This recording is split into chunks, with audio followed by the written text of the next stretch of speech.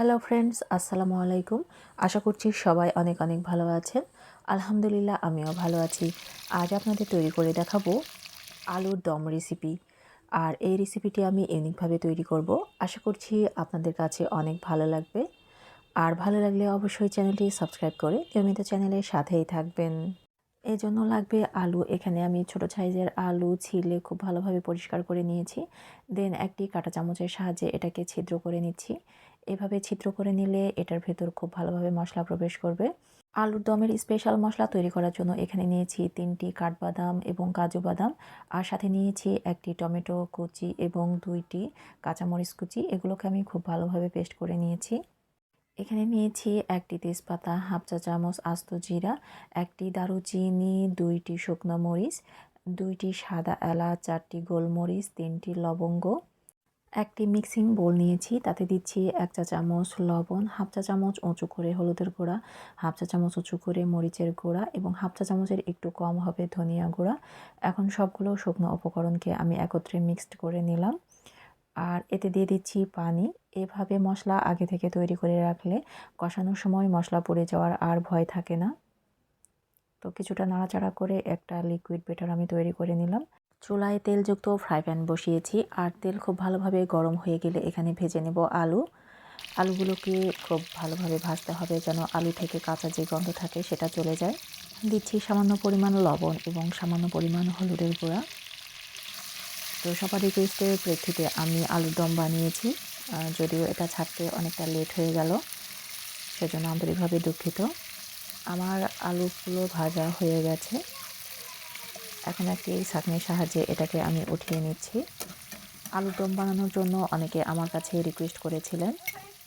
জানি না আপনারা কে কোথায় থেকে ভিডিওটি দেখছেন, বা যারা লাইক দিতে ভুলে গেছেন প্লিজ একটি লাইক দিয়ে দিবেন। আপনাদের একটি লাইক আমাকে পরবর্তী ভিডিও বানাতে উৎসাহ যোগায়। আমি আলুগুলোকে তেল ছেঁকে উঠিয়ে নিলাম, আর তেজপাতা সহ শুকনো যে উপকরণ আছে সবগুলো উপকরণকে আমি তেলে কিছুটা ভেজে নেব। এর থেকে যখন সুন্দর একটি অ্যারোমা বের হবে ঠিক তখন দিয়ে দেব এখানে পেঁয়াজ কুচি। আমি এখানে হাফ কাপ পেঁয়াজ কুচি নিয়েছি। পেঁয়াজটিকে আমি হালকা ব্রাউন কালার করে ভেজে নেব, খুব একটা ব্রাউন কালার করে ভাজবো না। দিচ্ছি মশলার পেস্ট, যে পেস্টটি আমি আগে থেকে তৈরি করে রেখেছিলাম সেটি। দিচ্ছি 1 চা চামচ উঁচু করে বাটা মশলা। এখন সবগুলো মশলাকে আমি তেলে খুব ভালোভাবে ভেজে নেব যেন এর থেকে কাঁচা গন্ধ চলে যায়, আবার এ থেকে খুব সুন্দর একটা কালার চলে আসে।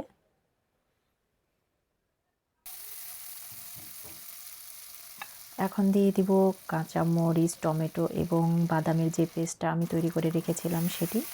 আর এই পেস্ট দেওয়ার সঙ্গে সঙ্গে খুব ভালোভাবে নাড়াচাড়া করতে হবে। এই সময় আর নাড়াচাড়া বন্ধ করা যাবে না, কারণ এই সময় যদি নাড়াচাড়া বন্ধ করেন তাহলে মশলাটি পুড়ে লেগে যাবে। তো খুব ভালোভাবে আমার মশলাটি কষানো হয়ে গেছে। এখন দিয়ে দিচ্ছি পরিমাণ মতো পানি, অর্থাৎ মশলার বাটি ধোয়া পানি দিচ্ছি আমি এখানে।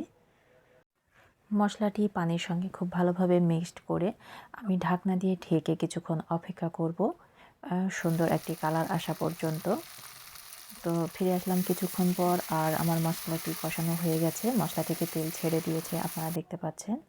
সুপ্রিয় দর্শক, অনেক বাতাস হচ্ছিল যার কারণে ক্যামেরাতে খুব ভালোভাবে এটা আমি ধারণ করতে পারছিলাম না। দিচ্ছি ভেজে রাখা আলু, আর আলুটিকে আমি মশলার সঙ্গে খুব ভালোভাবে কষিয়ে নেব। মনে রাখবেন, মশলার সঙ্গে যে কোনো তরকারি যত ভালোভাবে কষাতে পারবেন সেটা খেতে ততটাই মজা লাগবে। তো কিছুটা সময় নিয়ে এটাকে নাড়াচাড়া করে খুব ভালোভাবে কষিয়ে নিতে হবে। যারা আমার চ্যানেলটি ইতিপূর্বে সাবস্ক্রাইব করেছেন তাদেরকে অসংখ্য ধন্যবাদ। দিচ্ছি পরিমাণ মতো পানি। আপনারা কতটুকু গ্রেভি রাখবেন সে অনুযায়ী পানি অ্যাড করবেন। আমি যেটুকু পানি দিয়েছি এতেই গ্রেভি থাকবে, আবার এতে রান্নাও হয়ে যাবে। এখন ঢাকনা দিয়ে ঢেকে মিডিয়াম হিটে আমি রান্না করে নেব প্রায় 10 মিনিটের মতো।